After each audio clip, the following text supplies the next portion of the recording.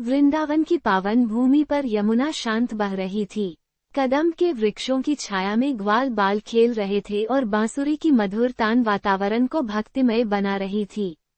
वही बांसुरी जिसे सुनते ही मनुष्य ही नहीं, पशु पक्षी तक मंत्रमुग्ध हो जाते थे, वह थी नंदलाल श्रीकृष्ण की बांसुरी। एक दिन की बात है। वृंदावन के पास एक निर्धन ब्राह्मण रहता था। वह अत्यंत विद्वान था, परंतु गरीबी के कारण उसका जीवन कष्टों से भरा हुआ था। उसकी पत्नी बीमार रहती थी और घर में अन्न का एक दाना तक नहीं बचा था। गांव वाले उसकी विद्वता का सम्मान तो करते थे, पर कोई उसकी सहायता नहीं करता था। ब्राह्मण ने सुना कि नंद बाबा के घर कृष्ण नाम का एक बालक है, जो साक्षात नारायण का अवतार है। पहले तो ब्राह्मण को संकोच हुआ, मैं क्या एक बालक से सहायता मांगूं? लेकिन पत्नी की पीड़ा देखकर वह स्वयं को रोक न सका। कंपते कदमों से वह नंदगांव पहुंचा। उस समय कृष्ण अपने सखाओं के साथ माखन बांट रहे थे। जैसे ही ब्राह्मण की दृष्टि कृष्ण पर पड़ी, उसकी आंखों से आंसू बहने लगे। वह कुछ बोल भी नहीं पा रहा था।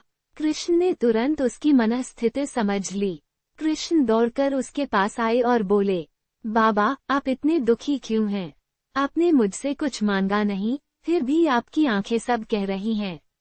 ब्राह्मण ने कांपती आवाज में अपनी सारी व्यथा कह सुनाई।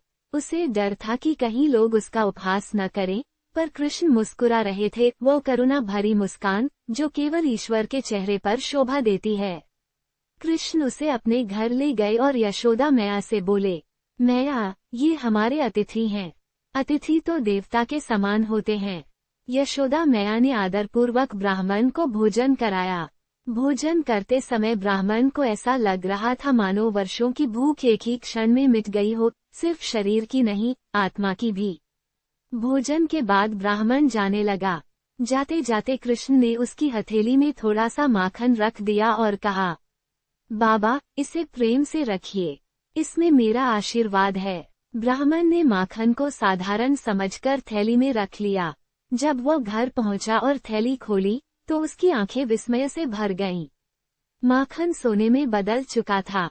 वो समझ गया कि यह कोई चमत्कार नहीं, बल्कि कृष्ण की करुणा थी। अगले दिन वह दौड़ता हुआ कृष्ण के पास गया और बोला, प्रभु, आपने मुझे इतना धन दे दिया, अब मैं अहंकारी न बन जाऊं, इसका भय है। कृष्ण ने गंभीर होकर कहा, धन देना मेरा कार्य है, पर विनम्र रहना तुम्हारा। याद रखना, जो मुझे पाता है, वह कभी अभिमान नहीं करता। ब्राह्मण ने कृष्ण के चरणों में सिर रख दिया। उस दिन उसे समझ आया कि श्री कृष्ण केवल लीलाधारी नहीं, बल्कि दुखियों के सच्चे सहायक हैं। वे धन नहीं, बल्कि विश्वास और करुणा का वरदान देते हैं, जो जीवन भर साथ रहता है। वृंदावन की पावन भूमि पर यमुना शांत बह रही थी।